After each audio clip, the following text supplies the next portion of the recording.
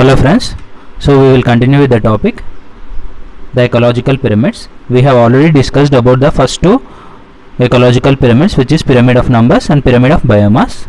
So we are at the third one, that is pyramid of energy. So look into the diagram with respect to the pyramid of energy. We all know that the food is a source of energy for all the animals on the earth. So we require food in order to rebuild our body parts. We know that plants are the producers on earth. So all the beings on the earth depend upon the plants for food, whereas the plant gets the energy from sun. With the help of the sunlight, the plants generally produces the food. We have studied that with respect to the process of photosynthesis, wherein the sunlight is being taken by the plant, and with the help of water and carbon dioxide it produces the food. So look into the diagram. These are the producers, which are the plants.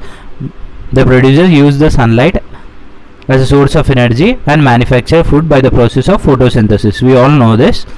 And the next topic level is primary consumers, which are basically insects. So even the insects are all the small organisms or the herbivorous animals depends on the plants directly. So in the life process of the animal, in order to meet the metabolic activities, even we have learnt about the metabolic activities, right? So every being on earth require energy. So from the producer, the energy is being transferred to the next level in the form of food. So every organism consume food and break down the food in order to get the energy.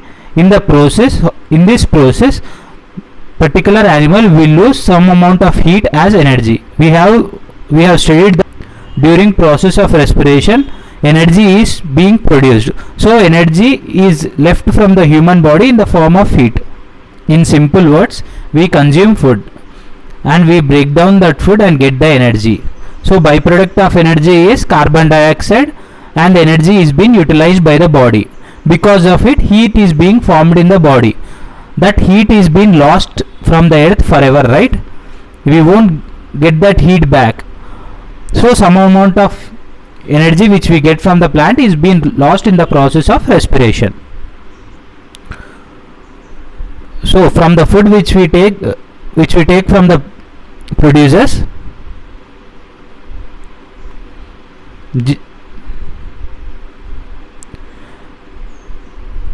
after the death of the animal or an organism, it is being decomposed, right?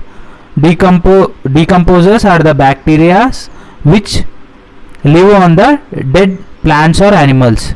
Even after the death of the particular organism, the bacteria will consume that, and even it will provide the substitutes of it to the soil in the form like the bacteria and different kinds of organism will feed on the dead animal, and it will provide the plants in the form of, we have studied in the 9th class, the experiment of vermicompost.